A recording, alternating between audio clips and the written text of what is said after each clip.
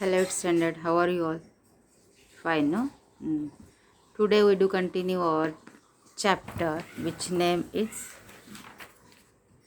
Cell and Cell Organelles. How many of you done homework? Yes. And how many of you read this whole chapter? No one? Or all of you? Very good. So, we already seen about cells and cell organelles. There are two types of cells, right? Animal cells and plant cells. This is the basic unit of the living organism that we know living things. Okay, and I think we started our component of cell in this cell wall is over, as well as cell membrane and plasma membrane is over. Now we see about how do the substance travel in cell. Substance कैसे travel करता है cell में, means जो भी पानी लेना है, minerals लेना है, वाटर लेना है, तो ये सब एक सेल से दूसरे सेल में जाते कैसे है, ये सब्सटेंस कैसे ट्रैवल करता है, इसमें वो हमको देखना है. Structure of plasma membrane is given year. Protein, lipid bilayer and carbohydrate chain. Okay, यहाँ पे क्या है, प्रोटीन है, देन लिपिड बाइलेयर है, लिपिड्स की दो लेयर बनी हुई है, दो लेयर है, और कार्बोहाइड्रेट्स की चेन है इसमें. ये सब मिला के क्या बन रहा है, प्लाज्मा मेम्ब्रेन बन रही है, सेल की प्लाज्मा मेम्ब्रेन बन रही है. So is here activities that consume cellular energy. तो कुछ एक्टिविटीज़ ऐसी है जिससे सेल्यूलर एनर्जी कंज्यूम होती है. वो एक्टिविटीज़ क्या है हम यह देखेंगे. Endocytosis. Endocytosis means to gulf और engulf food that other substance from outer environment. Endocytosis में क्या होता है, एनगल्फ. टू गल्फ मीन्स अंदर ले लेना, एनगल्फ मीन्स खाने के लिए या अपने खुद की एनर्जी के लिए उसको अंदर ले लेना, उसे बोलते हैं engulf food and other substance from the outer environment. इस प्रोसेस को क्या बोलते हैं, endocytosis. Got it. Next one is exocytosis. To excrete a waste material out of the cell. Endocytosis में यूज़फुल मटेरियल जो अंदर लिया जाता है, उसी तरह से एक्सोसाइटोसिस में जो यूज़फुल नहीं है उसे बाहर निकाला जाता है. Right. The process those don't consume cellular energy. अब ये जो प्रोसेस है दोनों, एंडोसाइटोसिस और एक्सोसाइटोसिस, इस प्रोसेस में उसको एनर्जी कंज्यूम होती है, एनर्जी लगती है उसमें. और जो कोई अदर प्रोसेस है जिसमें एनर्जी नहीं लगती है, वो अब हम देखेंगे. So the process those don't consume cellular energy is diffusion, osmosis, ये दोनों है. तो डिफ्यूजन में क्या होता है, द एंट्री और exist of small molecules like O2, CO2. ये जो O2 CO2 चाहिए होता है ना, O2 अपने लिए छोड़ते हैं after finishing photosynthesis, right? It's the product O2, and carbon dioxide is required for making their own food, right? So this is coming and out of this gas. There is no requirement of any kind of energy. Then osmosis. The traveling of water from a part with more water to a part with less water through a selectively membrane permeable is osmosis. Osmosis क्या होता है, जहाँ ज़्यादा पानी है वहाँ से दूसरी तरफ या भाग में पानी जाना, उसे बोलते हैं osmosis. Travelling water from the more part to lower part or where the required. It is a physical process with three possibilities. एक कौन सी है, it's called physical process, and this is of three possibilities. Osmosis in plant, osmosis in animal cell. यहाँ पे आपको diagram दिया गया है, वो अब देखो. H2O ज़्यादा है, H2O सेकेंड स्टेज, H2O इन वैक्यूल्स. कैसे ट्रांसफर करते देखें, outer from outer membrane inside H2O come inside, then fulfill that vacuoles, and then again that vacuoles become turgid. Here is given. Okay, it's called osmosis in plant cell. तो animal cell में देखो कैसे है, H2O from outside come inside, then vacuoles में जाता है and it's fulfill and again come out. This is osmosis in plant cell as well as animal cell. तो उसे बोलते हैं, जब पानी खींचना है अंदर हाइपोटोनिक, पानी फुलफिल हो गया है वैक्यूल्स में, इट्स आइसोटोनिक. और आइसोटोनिक होने के बाद, फुलफिल होने के बाद आजू बाजू में जा रहा है वो फिर से, तो ये मोर टू लेस, तो उसे बोलते हैं hypotonic. Got it. So here keep 4 to 5 resins in a water and observe after an hour. Experiment is given and this experiment you may do your home.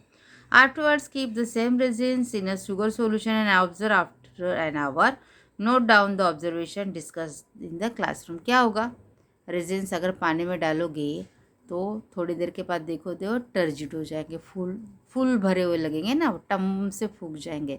अगर उसे निकालोगे और उसमें शुगर में डालोगे, उसको शुगर सॉल्यूशन में, तो क्या होने वाला है? उसमें पानी अंदर जाएगा क्या? नहीं. शुगर सॉल्यूशन में डालने के बाद उसमें जो ज़्यादा पानी है वो बाहर आ जाएगा उसमें. Wooden doors fit every tightly in rainy season. Why does this happen? Wooden door होता है ना घर का, अरे फूक गया अभी देखो. हाँ, रेनी सीजन में होता है ना, लगाने में हमको परेशानी होती है. क्यों? क्योंकि उसमें पानी भर जाता है तो वो फूक जाता है. तो भी ये एक पोजीशन है, सिचुएशन है. Then isotonic solution. Medium outside and inside the cell has same proportion of water. Water does not go in or out. Isotonic में क्या होता है? Proportion same है, बाहर भी और अंदर भी, इसलिए वो बाहर नहीं जाता है, अंदर भी नहीं आता है.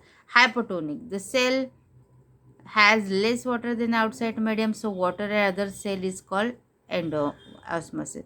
Means अगर उसमें पानी है और बाहर अंदर नहीं है, बाहर पानी है तो अंदर आ जाएगा.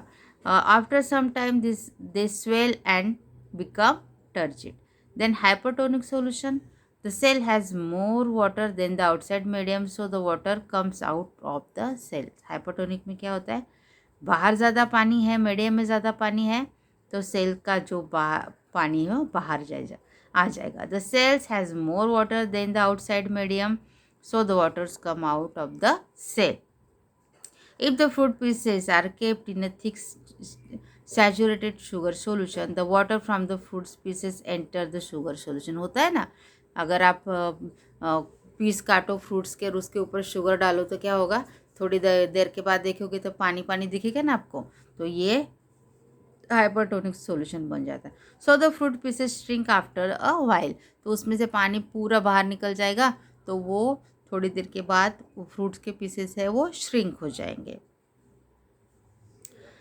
If the plant cell or animal cell is kept in hypertonic solution, water comes out from the cell by the process of exoosmosis and there is a contraction of cytoplasm.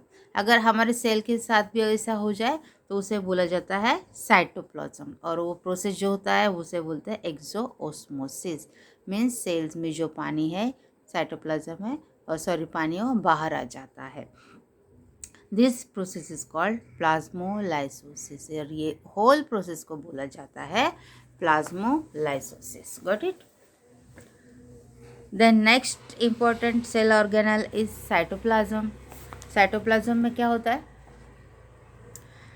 Have you seen fully turgid rectangular cell of onion peeling? देखा है आपने? Onion पिलिंग देखो, उसका cell फुला rectangular यहाँ पे दिया हुआ है, figure number 10.5. Cytoplasm is the fluid between the plasma membrane and nucleus. Plasma membrane और न्यूक्लियस में साइटोप्लाज्म होता है. It is moving A sticky substance. Many cells organelles are suspended in cytoplasm. Cytoplasm is the medium for cellular chemical respiration. Cytoplasm medium है respiration का. किसके लिए? Cytoplasm is medium for cellular chemical reaction. Chemical reaction जो होते हैं ना, ADP, ये आगे चल के आप देखोगे ग्लाइकोलाइसिस वगैरह, उस रिएक्शन के लिए. The part of the cytoplasm and other organelles is the cytosol. The part जो साइटोप्लाज्म में होते हैं उनको साइटोसेल बोला जाता है. Cytosol store vital substance like amino acid and glucose and vitamin. तो साइटोसेल में स्टोर क्या होता है? Amino acids, glucose and vitamins etcetera. In animal cells cytoplasm is more granular and dense, while in plant cells it is thin and mostly pushed toward the periphery due to the larger central vacuoles. तो animal में क्या होता है?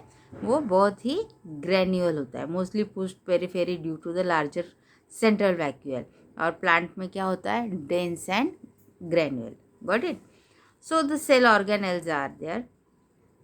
An organelle is a specialized subunit having specific function within the cell. Their organ of the cell is cell. Organelle has its own lipoprotein membrane except nucleus and chloroplast. All the other organelles can be seen with only the electron microscope. अभी तक हमने क्या देखा है? Cell wall, cell membrane देखा है और cytoplasm, उसमें जो है वो साइटोप्लाज्म.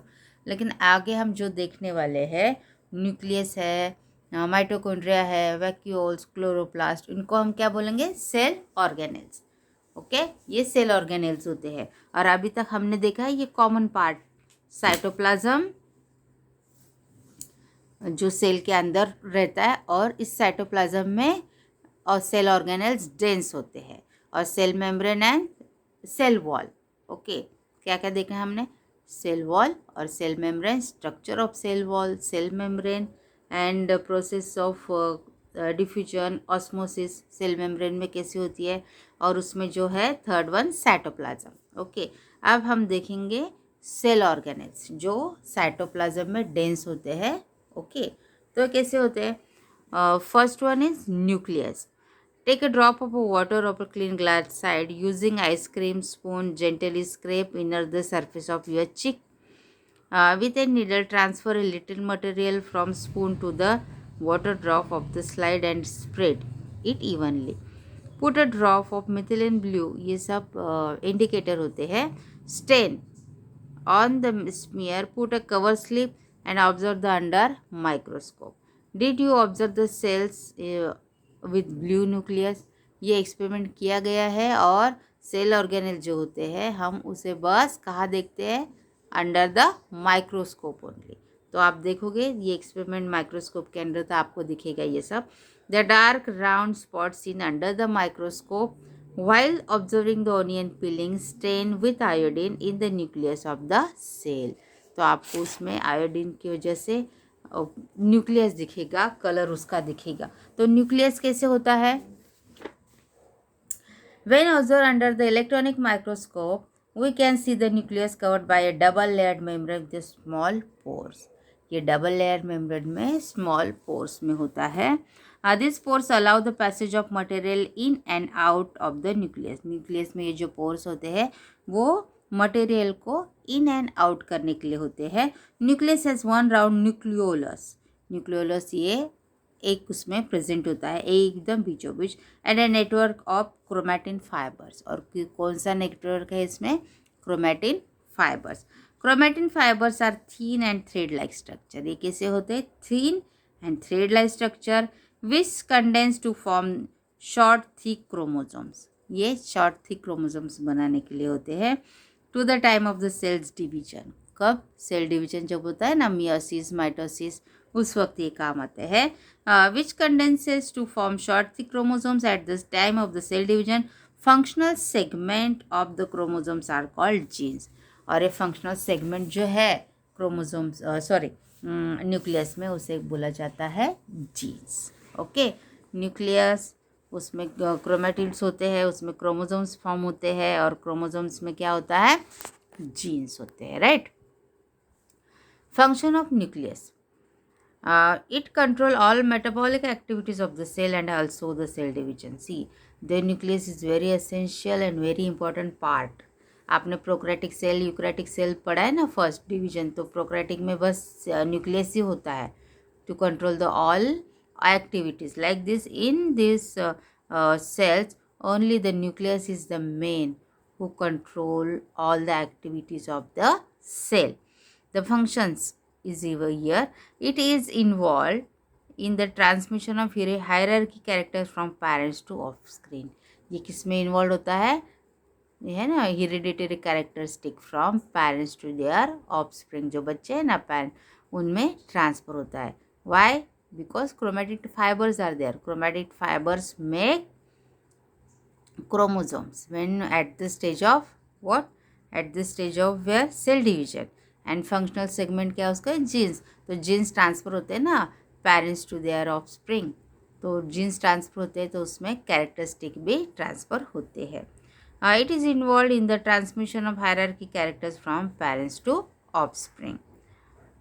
डू यू नो, आपको यहाँ पे फिगर दिया गया है 10.7, ये आप देखो, chromatin, nucleolus, nuclear pore and nuclear membrane. This is the structure of nucleus. Got it?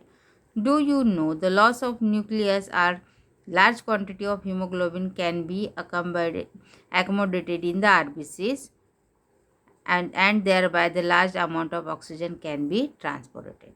तो accommodation of oxygen in our body कैसे होता है? ये due to the loss of large nucleus, large quantity of hemoglobin can be accommodated in RBCs.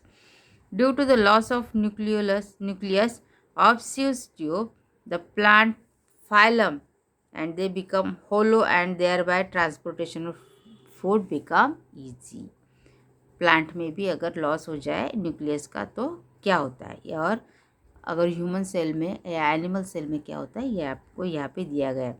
Please read this and your homework is write down short note on nucleus. Got it? This is your homework. We'll do continue this chapter in our next period. Till then, goodbye.